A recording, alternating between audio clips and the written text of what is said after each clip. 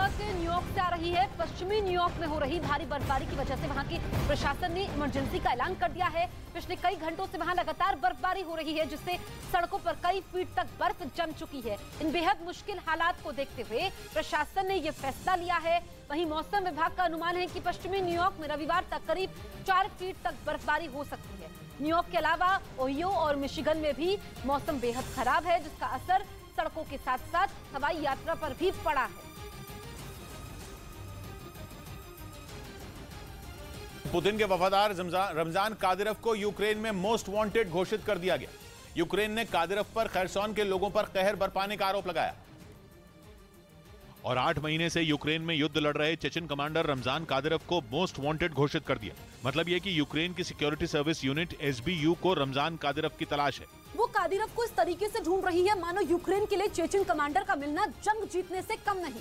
क्योंकि ज़ेलेंस्की ये बात अच्छे तरीके से जानते हैं कि कादिरोव इस युद्ध की बेहद अहम कड़ी हैं और वो जंग को अलग दिशा में मोड़ने के लिए काफी हैं। इसलिए चेचन कमांडर यूक्रेन के टारगेट पर हैं और यही वजह है कि ज़ेलेंस्की ऐसा कोई मौका नहीं खोना चाहते कि युद्ध में उन्हें कोई बड़ा नुकसान हो और उनकी एक गलती इतनी भारी पड़ जाए कि पुतिन जश्न मनाएं और ज़ेलेंस्की को मुंह की खानी पड़े। माना जा रहा है कि यूक्रेन ने कादिरोव को ऐसे समय में मोस्ट वांटेड घोषित किया जब खूंखार कमांडर रमजान कादिरोव ने इंतकाम लेने का ऐलान कर दिया।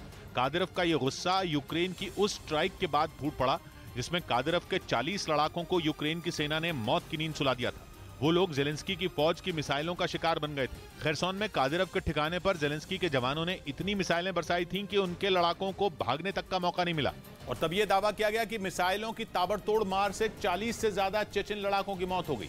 जो बच गए थे वो भी बुरे हाल में दिखाई दिए और माना जा रहा है कि अपने लड़ाकों का ऐसा हाल देखकर कादिरोव का खून खौल गया था। ये मंजर देखकर उन्होंने यूक्रेन को दुनिया के नक्शे से मिटा देने की कस्में खा ली।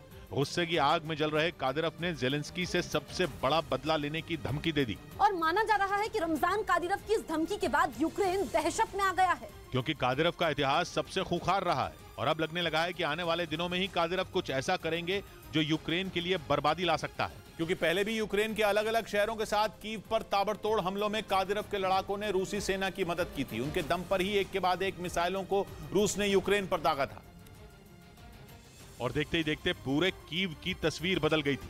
अब एक बार फिर यूक्रेन पर वही खतरा मंडराने लगा है, क्योंकि खबर है कि कादिरोव यूक्रेन की जंग का रूस की जीत के साथ दी एंड करने के मिशन पर चल पड़े हैं।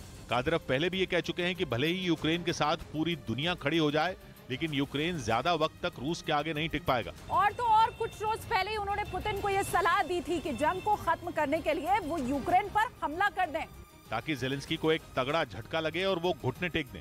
इसलिए यूक्रेन के लिए जंग में कादिरोव सबसे बड़े विलन बनकर उभरे हैं, जिन्हें उसने मोस्ट वांटेड घोषित कर दिया और उनकी तलाश में यूक्रेन की सिक्योरिटी सर्विस यूनिट जुट गई।